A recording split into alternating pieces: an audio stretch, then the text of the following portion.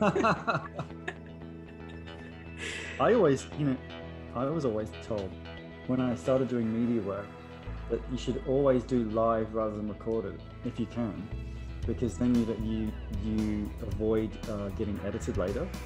Because I had some colleagues who went through some quite funny media experiences where they did record interviews and then bits were spliced off it, and it just was like, no, what the hell?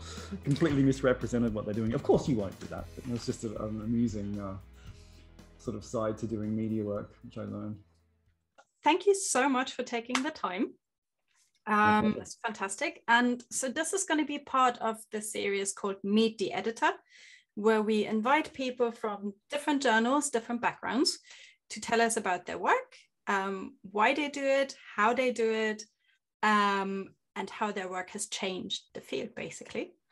And I thought you would be a fantastic addition to Meet the Editor, because you have dramatically changed the field with your registered reports idea. And I was wondering if you just want to give a quick introduction as to what are registered reports, how did you come up with the idea, and how has it changed science? Wow, big topics. So registered reports, for those who aren't aware, are a different way of doing peer review, in which rather than reviewing completed manuscripts after research is conducted and results are known, you split the review process into two parts. And initially, you review a plan, a protocol, before results are known, and usually before they even exist. And then reviewers look at this plan and they assess it for scientific quality along a number of dimensions. And if it passes the review process, then the journal offers in principle acceptance. So they're guaranteeing at this point, essentially guaranteeing to publish the completed research regardless of the results. And the idea of this process is that it eliminates outcome bias from the scientific evaluation process, that journals and researchers and reviewers and everyone involved in the whole evaluation process is too easily swayed by results which go a certain way, which are convenient or attractive or novel, whatever, or striking, breathtaking, groundbreaking, whatever you want to call it. All of those adjectives that we use often to describe what we consider to be good science are not necessarily related to quality. They're just related to kind of, eye-catching and snazziness. And, I think if we're in the business of publishing science and contributing to the scientific record, we need to try and eliminate that kind of publication bias as much as possible, because it encourages a host of bad practices that lead to reporting bias, p-hacking, post hoc hypothesizing, all kinds of selective publication and reporting practices which reduce reproducibility and reliability. And so registered reports were created back in 2012, 2013, simultaneously by a number of journals, including Cortex, to try and address this problem. And since then, they've grown to over 300 journals, and there's, I think, now about 600 or 700 published stage 2 reports, and there's thousands more in the pipeline. And it's been a slow, gradual process. Anyone who's listening to this will know that there are thousands of journals in science, and probably too many, if you ask me. And registered reports are not offered by all of them. They're offered only by a few hundred. So it's been a gradual rise, a gradual adoption process, which isn't necessarily a bad thing, because things can scale up too fast and become unwieldy and standards can drop. But during that time, we've seen some meta-research published showing that they appear to work as intended, and the community seems to be receiving them quite well. So I'm kind of glad that that through my own personal frustration with the scientific process, we're able to do something constructive. Because I think there's a lot of us who just get fed up with all the bullshit, and we don't know really what to do about it. It all seems too big. It all seems like it can't be shifted. It's like turning an oil tanker. But in fact, you can change the system. So how did you come up with the idea? Did you borrow it from another field and implement it in the neurosciences, or did you just sit on that train and just come up with it? Well, it's interesting. The idea, so the concept of pre-registration has been around for a long time. Mm-hmm. That's not something unique. The idea that, pre-specifying plans, hypotheses, analyses can reduce bias, and that reducing bias is good. That idea has been around, for hundreds of years, actually. Registered reports go a little bit further because, of course, they involve taking the existing peer review process and combining that with the idea of pre-specification to remove publication bias. Elements of this have existed in different forms for a while. And indeed, early initiatives, such as the Cochrane Systematic Reviews mechanism and a niche, we can call it niche, parapsychology journal back in the 1980s and early 90s offered something like this as well. I was reading a lot of blog posts by people like Neuroskeptic and others and following along Yuri Simonson's false positive psychology paper and reading about fraud cases. And I was just, getting annoyed as well with some of my own publishing experiences with journals and getting rejected because one p-value was non-significant. And I think it all just came together. And so I wrote this policy for Cortex, which I tried to bring together the different bits of what had been done before. None of it really is my idea. It's just, one of those things. Often, I think when you're building tools for this kind of thing, maybe tools in general, often what you're doing is reorganizing stuff that's already out there in a less constructed form, and you're just bringing it together. You're putting the pieces together, and then trying them out and seeing what happens. And fortunately, it seems to have gone pretty well. Absolutely. I read an interview with you where you said that in the beginning, actually on the very same day Cortex accepted the idea of pre-registered reports, you also had a lot of backlash saying that you put science in chains, that you're the high priest of science, apparently even called the Stasi of science. Is this a backlash that is still ongoing, or have you now convinced everyone that this is the way to go? It's such an interesting time, really. I think academia, for all it likes to be considered to be left-wing, is actually quite conservative in many ways. It doesn't like to change. It doesn't embrace change easily, particularly when that change threatens power structures that have been around for a long time and vested interests. And we're all prey to this. We're all vulnerable to our own vested interests in all respects. And I think when we launched the initiative, there was an initial backlash from the editorial board, some on the editorial board of Cortex, which we overcame. Then there was a more delayed backlash after we decided to use the media to push this idea rather than just letting it kind of drift around in the strange world of scientific journals. We decided, let's use the press, because that's a way of reaching more people faster and with more impact. And that created a backlash of its own, which I welcomed, actually, because if everyone agrees with you, there's probably something wrong with your idea, or it's boring. There should be some discussion, there should be some debate in any kind of meaningful change. And that went on for quite some time. It was kind of fun, really. I mean, I didn't find it particularly threatening, I must say. I think you could find it threatening if you took it personally, but none of these people knew me. I didn't, they're not commenting on me especially. Like they're commenting on the idea, and they're creating a version of me that they can attack. Fine, that's just politics. But it all disappeared. Like 95% of those people have gone. And they've gone in one of two ways. They've either disappeared completely and we don't hear from them at all, or they've actually come around and realized it's not a terrible idea, that it's not as threatening as they thought it was, that it's not being proposed as some kind of bureaucratic march of, Kafkaesque administration that's going to take over your life and change science and restrict everyone's freedom. And the science in chains metaphor has, I think, largely been, disproven. And that's great, and there's a lot of people now, some of the most ardent critics early on are actually people that are involved editing them now at journals and moving it forward. You have to just give these things time and just be patient with the emotions. People are going to get emotional about stuff, and you've just got to let it wash over you, I think, and just realize that's what's going to happen. If I'm going to start churning things up and trying to create change, I'm going to expect an emotional response.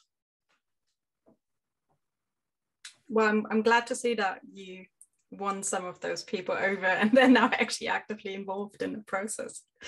And as you said, like in other fields, this is common good practice. Like if we think of the medical world, for example, is clinical trials, you have to pre-register them. So in order to reduce the amount you can fiddle with your data in the end, right? So it's a way to go. Yeah.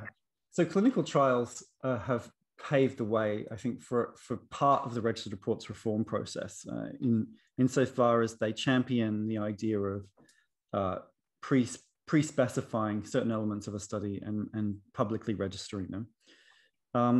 They don't go all the way because there's no guarantee in clinical trials that a registered study will actually be published in a journal. So there's still a lot of publication bias in clinical trials. Negative results are much less likely to be published than positive results, and also they're cited less. And there's also quite a lot of outcome reporting bias where registered outcomes, primary endpoints are changed, secondary and primary outcomes are switched or dropped. All those same pressures that we know exist in basic science are all there. All those academic career pressures are there in clinical trials as well, and they manifest. And so even though they sort of take us part of the way there, I actually think registered reports are more rigorous than clinical trial registration. And because they not only require pre-specification, but they also lead to a publication, virtually certainly. And that's a huge benefit. It just eliminates this file drawer of unpublished results. And it puts everything on an even footing. It makes the results irrelevant in terms of determining what gets published in the scientific record. Just because you mentioned it, the negative results or negative findings, we had an internal discussion in our team how to define negative results or negative findings, and we were wondering what your definition of it would be. I suppose broadly speaking, any finding which is inconsistent with a hypothesis and perhaps also statistically non-significant. I mean, that typically when people talk about negative findings, they're thinking about the polarity of statistical significance, that a significant result is positive and a non-significant result is negative. Now, that's one way of looking at it. That's the sort of classic definition. But I think you can go more broadly than that. You can see examples of positive and negative findings in areas which don't have statistical significance testing at all. Whether a previous hypothesis was confirmed or not, whether the results are clear or not. Positive results typically include statistically significant findings, findings which confirm expectations, findings which are clear, striking, eye-catching, compelling, etc. Insert adjective of choice. Negative is all the rest. Anything which is equivalent in all other respects in terms of methodological and theoretical quality, but for which results might be inconclusive, non-significant, complicated, etc. That's how I tend to think of it. I don't worry too much about definitions, but because it's always different in different areas. But broadly speaking, the most important thing is to put aside results altogether and make decisions about what gets published regardless of results. It's kind of stupid, really, that we even need to argue this case. I mean, we're supposed to be scientists, and yet we have an entire infrastructure that leans heavily on the idea that some results are more worth publishing than others. And yet we think that when we stand back from all of that, we're going to see what reality looks like. I mean, come on, we need to kind of, give ourselves a bit of a shake, I think. Nicely put. So for those of you who don't know yet, how does the process work? Let's say I decide to go down the registered report route. What do I have to do? Well, you begin by having a question. When I teach students or run workshops on this, I always say that science begins with the question. If you don't have a question, you don't have anything. So that's the most important step in any scientific process. It's not really not that different to just doing a regular piece of research. Decide your question, decide how you're going to answer it, design your methods. But then rather than just going off and running your study, write that bit up first in all of the detail that it needs to be reproducible and clear and bias-free as possible, and submit it to a journal that offers registered reports, or submit it to the peer community and registered reports platform, which is an initiative we set up earlier this year, in which registered reports preprints are reviewed and given in principal acceptance, and then authors can choose which journal to publish in without additional peer review. So there's different ways you can approach it from the submission side, but broadly speaking, you're designing a piece of research, and before you run it, you're submitting it to peer review and getting it accepted. Great. So do you have, so unless you go down the peer community route, do you have dedicated editors for registered reports, or is any editor of a journal potentially an editor for registered reports? It goes both ways. So some journals have dedicated registered reports editors because the publisher or the journal would prefer someone with experience of the format takes control of it. Other journals see registered reports as being a natural kind of extension of just typical journal editing. At some journals, the culture would be, well, if I can edit a paper with results, why can't I edit one without results? What's the difference? Why do results suddenly make the editing process so much easier? And other journals say, well, actually, there is a big difference in the quality and detail and level of attention that needs to be paid to a stage 1 manuscript compared to a completed piece of research in which results act like shiny objects which distract us all from what's really going on. And actually, if we're going to pay attention to that first part, we need someone editing who is experienced in handling them. So is editing registered reports more taxing on an associate editor, or is it about the same volume of work? I think it depends how lazy the editor is in their general duty. And I like to be quite direct about this, because I think a lot of editors are extremely lazy creatures and just send papers out to review, add up the major and minor revisions and rejects, and then issue a decision without even reading it or adding any context. There's a ton of that in my area that goes on. If you're one of those editors, registered reports is a huge amount of extra work, because you can't get away with that anymore. You have to read the paper. You have to contextualize and synthesize the reviews into meaningful feedback. You have to direct authors in terms of what they can and can't address and how to resolve disagreements.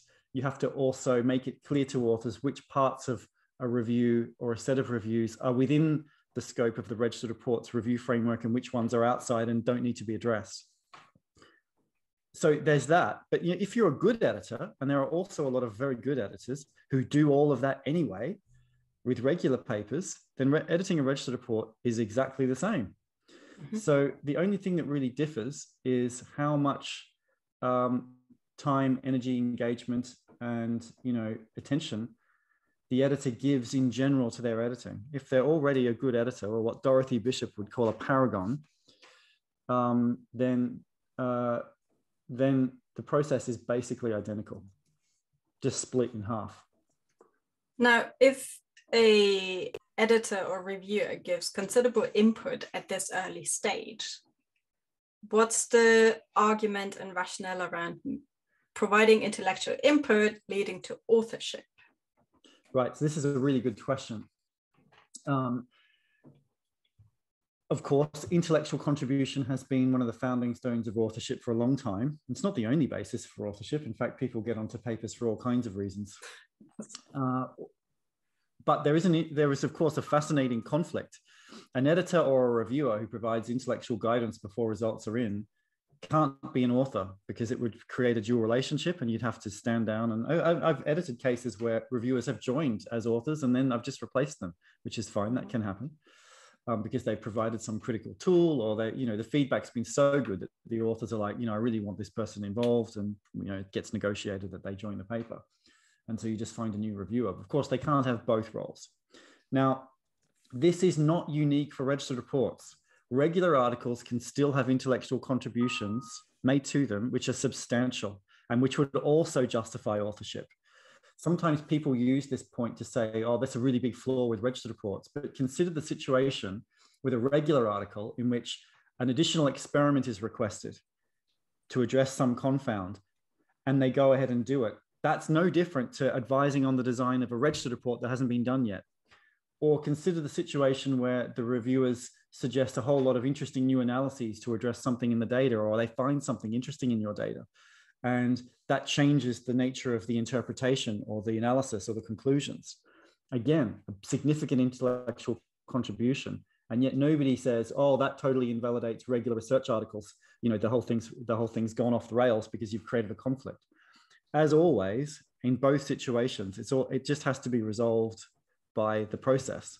So if somebody has a major intellectual contribution, then, and they wish to be recognized for it, there's a couple of opportunities for them to do that. They can review for a journal that has open review, and they can sign their review. They can negotiate with the authors to join the paper, in a registered reports context, or indeed any context, and simply be taken off the review process and replaced. Or they can just say, I'm fine with just having a contribution. And actually, that's what I found is most likely, that reviewers are often happy to just be involved at a constructive early stage in the design of a study. They don't necessarily want credit for everything. And there's an intrinsic motivation, I think, that underlies a lot of scientists, which I think is very good, which is that we're all working together trying to solve problems and make discoveries and understand reality. And so there's an intrinsic drive to, I think, help each other when we can. And I think one of the sad aspects of traditional peer review is that it happens too late. It happens after the opportunity to help has passed. And what registered reports do most valuably, in my opinion, is they bring that review process to a point in time where the reviewer can actually have a constructive input into the design and the rationale and the question even. And if they want credit for that, as I say, there's these mechanisms for achieving that. But often it's just being involved early is reward enough. Now, one could argue on the flip side, if you register the study first, the idea is out there. And even though you put your flag on the idea, someone could still poach it, be faster, and try to publish it before you. This was an objection to registered reports that came up very early in the life of the format back in 2013. People would say, well, I'm not going to submit my ideas to a journal before I've actually implemented them because they're so amazingly important, they'll be stolen. And my response then and now is, well, first of all, your ideas probably aren't that good. We all think our ideas are amazing, but in fact, there's very little theft of ideas in most areas of science. It's very rare. That's just to start with. We're dealing with a very low base rate, not only because our ideas aren't necessarily amazing, but also I think there's an underlying guiding ethic and integrity to the science which opposes that. Secondly, let's deal with the base. Let's deal with the minority of situations where that might be an issue. When you submit a registered report and you get IPA or in principle acceptance, you can choose to have your protocol registered under a private embargo in which nothing is publicly available until the point of stage 2 submission after you've actually completed the research. So even if you think your idea is that amazing or you don't trust your community or whatever, you've got a route available to you to keep it protected until then. In fact, there are legitimate scientific reasons for doing that also. Sometimes you may not want your hypotheses to be publicly available because it could distort the outcomes of the research, particularly if you're doing any kind of real world, complex intervention or some kind of study in which knowledge of the hypotheses could influence the outcome in some way. So a lot of researchers keep their protocols private just for scientific reasons until stage 2, which is perfectly fine. In that situation, the only people who know about your protocol will be you, your colleagues, anyone you've talked to about it, the reviewers and the editor. So there's not that many opportunities for people to steal. In any case, if they did, it would have no impact anyway. So now let's go down to the even smaller minority of cases where a reviewer decides that this idea, which is thoroughly amazing, is something that I'm going to steal and try and do faster than these authors, and I'm going to try and beat them to the post. Well, first of all, they wouldn't have time to go through a registered reports process themselves in doing that. So they're going to be prey to all of the biases which can slow down publication of regular articles. So they're unlikely to get there first anyway, because they'll get bogged down at the end after they've done their research in a way that the registered reports authors wouldn't. But beyond that, even if they did get there first, it has no impact whatsoever on the registered reports process, because there's no element of the peer review evaluation of the review criteria for registered reports which gives any weight whatsoever to precedence or novelty. It's completely meaningless. If someone happened to publish a month before you, your paper comes out just the same. It doesn't really matter. So for these reasons, I think we should just forget about this issue. Like, it's one of these things where it's raised as this kind of boogeyman of science that if I say what my ideas are before I do them, they're going to get nicked. Well, you know what? We do it all the time anyway. We submit grant applications, we submit ethics plans, we give talks at conferences in which we talk about the future and what we're doing next. We talk to colleagues. It's a complete straw man, I think, when people raise this as some unique barrier to registered reports. Also, one could argue ideas are cheap, but doing the work is what actually matters in the end. Yeah. I remember one critic years ago said something like, well, yeah, okay, I'm going to game this system, as academics love to say how ethical and they have such high integrity. And then as soon as you give them a new initiative, they go crazy trying to break it with bad practice in their heads, with these thought experiments. And he said, what I will do then, I'll submit 100 stage 1 registered reports just to put my flag in the ground of all these ideas. And and I remember reading this comment thinking, you have no idea what you're talking about, mate. Like, you have no idea the amount of work it takes to go through a stage 1 review process, to write a detailed manuscript, to make sure that you've designed a really good study addressing an important question from the beginning. And you're going to do 100 of these, are you, and not run any of them just to stick flags in the ground? I mean, it's just absurd. But, senior people say this stuff because they've spent so long away from the coalface that they've forgotten what it really means to do research. They're sitting there editing their journals and pulling in their millions and moving their minions around on their chessboards. They've forgotten what it means to be in the lab or designing research at that level. So they can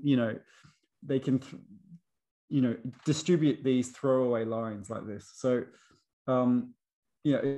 it's another example, I think, of some of the pushback that just melted away because it wasn't real. None of it reflects what's really happening when people do science, when they use the format. Now, one question that came up for me was that it sounds like this is an ideal procedure for PhD students. For PhDs, you usually have a really thought out experiment or study in mind that has been vetted through funding agencies, ethical applications, la-ti-da, and they take quite a long time. Isn't that idea for a PhD student to also take out the pressure to say, look, you got to do the work, but at the end, you will have a paper for your work? Absolutely. In fact, there's been some students that have gone through this process now that have really championed the format from the beginning. And there's a student named Emma Henderson, former student now, she's graduated, who is based at Kingston University in London, whose entire PhD was registered reports from the beginning. And every empirical chapter was a registered report, and they're all published now. And she's graduated with 3 really excellent publications. It's very doable. It's not always feasible, depending on which field you're in and how exploratory the work you're doing is. Registered reports aren't going to fit all styles of research or all modes, and they're not designed to, and we shouldn't try and force them to. But where students are testing hypotheses and pursuing mature questions born from theory or applications, then there is a definite place for the registered report in their thesis. And the earlier they get started, the better. And there's now more opportunities for them to pursue this as well. So when we set up the Peer Community and Registered Reports Initiative, which is this preprint based review process, which opens the door to publication in multiple journals without extra review, we set up something called a programmatic track, which is new and has never been done before. It's a stage 1 registered report, which can itself lead to multiple stage 2 outputs. So you can combine multiple arms of a program in one protocol, and then that gets peer reviewed and accepted. And then from that, you can produce multiple stage 2 outputs. So you can even imagine a process in which a PhD student submits an entire program of work at the beginning of their PhD, goes through peer review, gets one IPA, and then just spends the rest of their time doing the work and publishing stage 2 registered reports in a sequence. So we're trying to build tools that can be especially useful for early career researchers on short timeframes like this. And I would strongly encourage any ECRs, PhD students, early career postdocs, early career fellows to really look closely at what's available, because it can really work in your interests. What about the next level in terms of applying for funding? Are there any integrations? Do registered reports stage 1 count like a preprint, or is there any benefit from a funding side? Well, I think from a general point of view, insofar as registered reports represent high quality science, they're always going to be looked on favorably by funders who will look at your track record of high quality contributions, and that will count in your favor when it comes to having your grants evaluated. There's also, initiatives which combine registered reports with funding. So there's a number of registered reports funding models now in which the stage 1 manuscript is also a grant application, and they're assessed at the same time by a funder and a journal. And that's also a very powerful initiative, because it combines multiple stages of pre-study evaluation into one, and it removes this serial chain of continual pre-study evaluation and puts it all in one, which is very efficient, particularly useful for clinical fields. And I think the other issue to mention there is not just in terms of grant applications, but just also broadly career track, is that getting a stage 1 in principle acceptance, you can always preprint that and post that wherever you want. It's usually not published by the journal at that time, but you can put it on your CV as a piece of work which is in progress, but in a much more definitive way than in prep or manuscript submitted or whatever it might be. This is a piece of work which has already gone through peer review and has been approved, and for which there's almost certainly going to be an output very soon. So there's also more to show, I think. It's more transparent because it's opening up the process as it goes more transparently. So the researcher can bring the community in and show them, this is where I'm at with this project. It's gone through peer review. It's got evaluated. It's got IPA, and I'm doing the research now. And you can go and read the manuscript now. You can read the design. You can evaluate the quality of the science before I've even done the study. So that also, I think, can be beneficial for a career and a CV. How long does it usually take from having the idea to writing the registered report, stage 1, to being able to start the experiment after the review? So there's lots of different stages there in that timeline. So I think often, if you look at the sort of the genesis of an idea to even starting a registered report, that can take a long time for a researcher, because they might not be ready for that to coalesce into any kind of definitive form. I've had ideas which I've had in my head for years. Sometimes I've got a colleague in Belgium who has a notebook of ideas he's had for like 20 years, and every so often he'll go back to one from 10 years ago and run it. So I think ideas themselves can float around for a long time. The minute you actually start writing a registered report, well, how long is a piece of string? So how long do you take to write a manuscript? Well, how long do you take to write half a manuscript? How long do you take to design a study and make sure you've sort of got all of the necessary elements in there? The peer review process takes typically about 3 to 4 months if you're at journals that I edit for, sometimes shorter, sometimes longer. Once you get IPA, usually researchers want to start as soon as possible. Sometimes there are additional hurdles on their end that they might have to jump to do that, but then it's just a case of how long does the research itself take? And then, of course, once they've got their data, how long does that write-up take? And then you've got another, usually shorter review process at the end at stage 2. Now, that can be, of course, that's the timeline of research generally. One thing we've done at the peer community in Registered Reports is we've introduced something called a scheduled review track, which seeks to shorten the stage 1 review time quite significantly by lining up reviewers in advance, so maybe 6, 8, 10 weeks ahead, before the authors have actually written their stage 1 manuscript, so that we don't have to spend time after the manuscript is ready finding reviewers, waiting weeks and weeks and weeks for reviews and so on. It's all ready to go. And this is done by having the authors submit a snapshot, a one-page protocol, a broad sort of point-by-point summary of what they're going to write about in their stage 1 manuscript. Based on that snapshot, we line reviewers up. Reviewers agree to review on this date. Then the authors go away, work on their stage 1 manuscript, get it ready in time. They submit it on a certain day. It goes out to review. And because the reviewers are booked in advance, the whole process can be over very quickly. The first one of these that we ran at the peer community in Registered Reports, the stage 1 review process took 5 days because of this, rather than 4 months. So there are big time savings that can be had by parallelizing key elements of the review process and the research process and making them work together more efficiently, rather than everything going in these big kind of serial, tedious, slow chains that we're used to. So yeah, I saw online that you're not a fan of serial submission and that it takes a long time. So I was wondering, in an ideal world, how would you like to see us publishing in the future? Are there more ideas like parallelizing it? Yeah, well, it's been said many times, I think, that the scientific publication process is a fossil from the 17th century, of the exchange of letters, serial exchange of letters, and we've modernized some elements of it, but we're still stuck with this serial exchange of letters, which is in many fields extremely slow, faster in some areas of science than others. Very slow in the humanities, very slow in the social sciences. And I think there are many ways this can be accelerated if we want it to be, in ways that don't necessarily require vast amounts of extra work. I think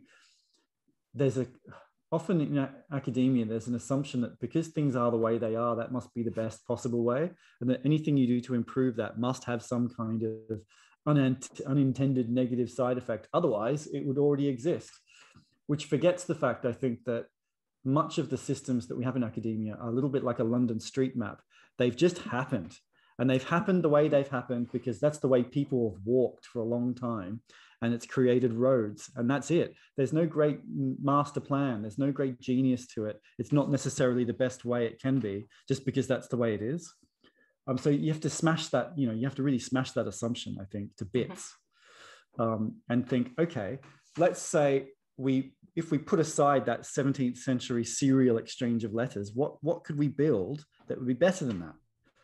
And I think there's some exciting moves in that direction, thinking about living papers and interactive data, and using R Markdown and other tools to create more living, breathing scientific objects and entries in the record. And the same kind of innovation can be applied to the review process. Rather than a reviewer looking at a document, reading it, writing a review with major and minor points and all this kind of stuff, and go back and forth, back and forth. What if they were parachuted in, kind of like a UN weapons inspector, and what their job was to kind of just observe what you're doing and comment and help and critique. So you can imagine someone dropping in virtually on a virtual lab space and looking at protocols, looking at rationale, looking at code, looking at data, etc., and dropping comments on different bits. And then you could have some kind of editor overseeing that, a more of an observer evaluator type review process. I think it could be a ton faster than any serial process that we could construct, even scheduled review tracts and so on. Of course, we have to build it. This is just an idea at this time, but I think there's plenty of moves toward that kind of world. I think the scientific community is getting a little bit fed up with the status quo. And that's the best thing about all of this. You know, the best thing about all of these discussions and debates isn't registered reports or open science or any of this stuff. The best thing is that it's forcing people to think about why things are the way they are and can they be better. And we shouldn't just assume that the status quo is the best or that it can't be changed, that we're all victims of the system. It's a system we create. We can do what we want with it. Well, I think there's a lot of change happening in our generation at the moment, which is fantastic to see. And there's good ideas coming out overall, I think. And also the community is moving away from the top dog scientist working alone towards a more community-based approach. Yeah, team science, definitely. Team science, yeah, exactly. Well, that's great. We asked Twitter to submit questions. So I have 2 questions from you from the community. The first one is, registered reports are too time consuming. Yes, you can save time, for example, by front loading the writing. But if you add up the time taking to bring your lab on site, to amend protocols, doing data collection, and to plan everything up front, it equals a big disincentive. Discuss. It's a good question. And, you know, it's one that I've had many times over the years, actually, from, you know, giving various talks and registered reports, is, doesn't this all just take too long? Like, I just want to get in the lab, right? I just want to get in the lab and I want to get my data and I want to get on with science, right? Let's break that down. We can break it down into its different bits. So the first concern there was bringing my lab on site, that somehow takes time.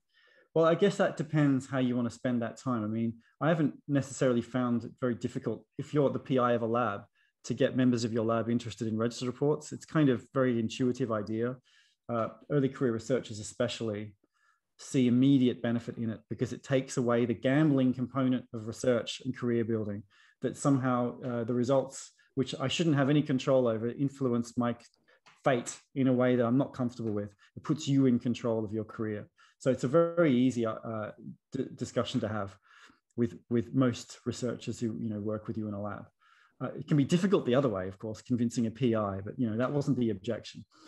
That's one part of it. The other part, well, I think the next bit was amending protocols. Was it amending protocols?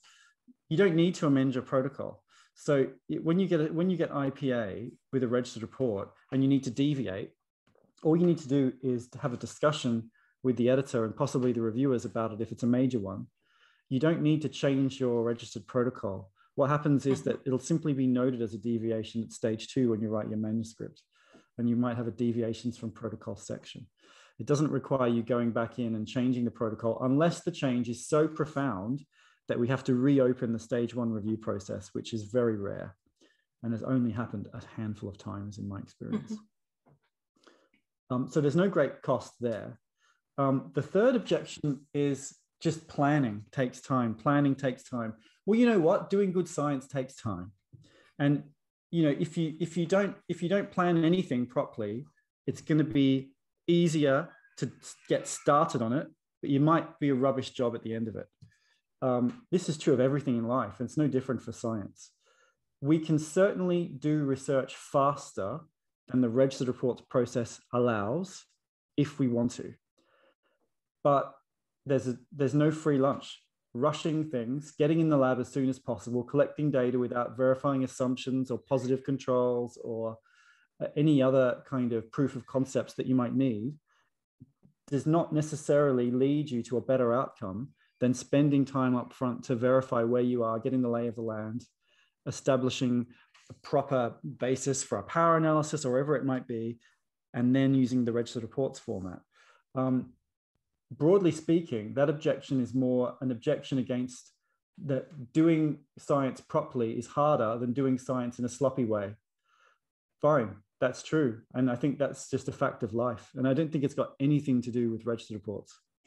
The second question we got was that you mentioned it a couple of times, peer community registered reports, outsource the peer review process, which is a big benefit for PCI-friendly journals. Are there any downsides for journals signing up to this initiative?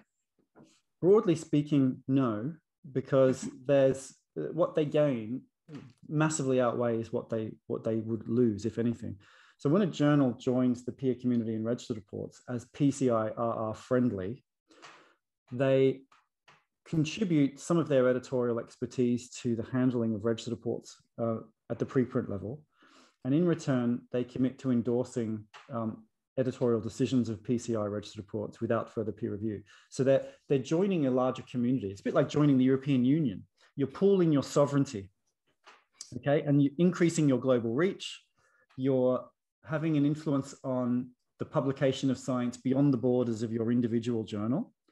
And you're also contributing to a realignment of power in which peer review is taken back by the academic community rather than within the grip of corporate publishers, which is one of the key ways in which publishers maintain control over their vast profits and over the academic community is by hosting and managing the peer review process that we already provide. So from that point of view, there's a huge amount for an editor to gain and a journal to gain by joining the peer community in registered reports, and also for publishers too, because they can, of course, benefit from a review process that they don't have to pay for themselves, they don't have to manage. The cost, the only downside for a journal would be if it doesn't want to, if it wants to maintain complete and exclusive control over content that would appear within its pages.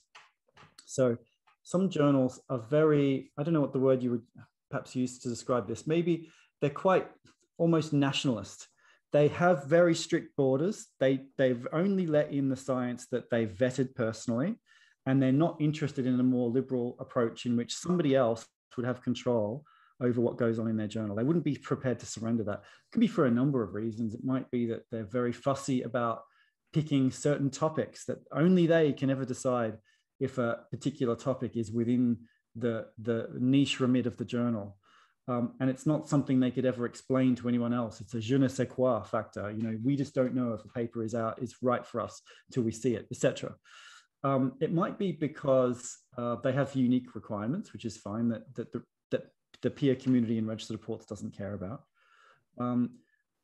But regardless, it wouldn't work for them if they weren't prepared to join something bigger than themselves, if they wanted to maintain their own little island. Which is perfectly fine. I can respect that. But PCI registered reports is about building a bigger community. It's about taking control of the peer review process itself amongst the academic community that already does it, and releasing us all from this one-to-one relationship between journals and papers, which is completely archaic. Preprints are the future, in my opinion. We should be doing peer review at that level, and then journals should be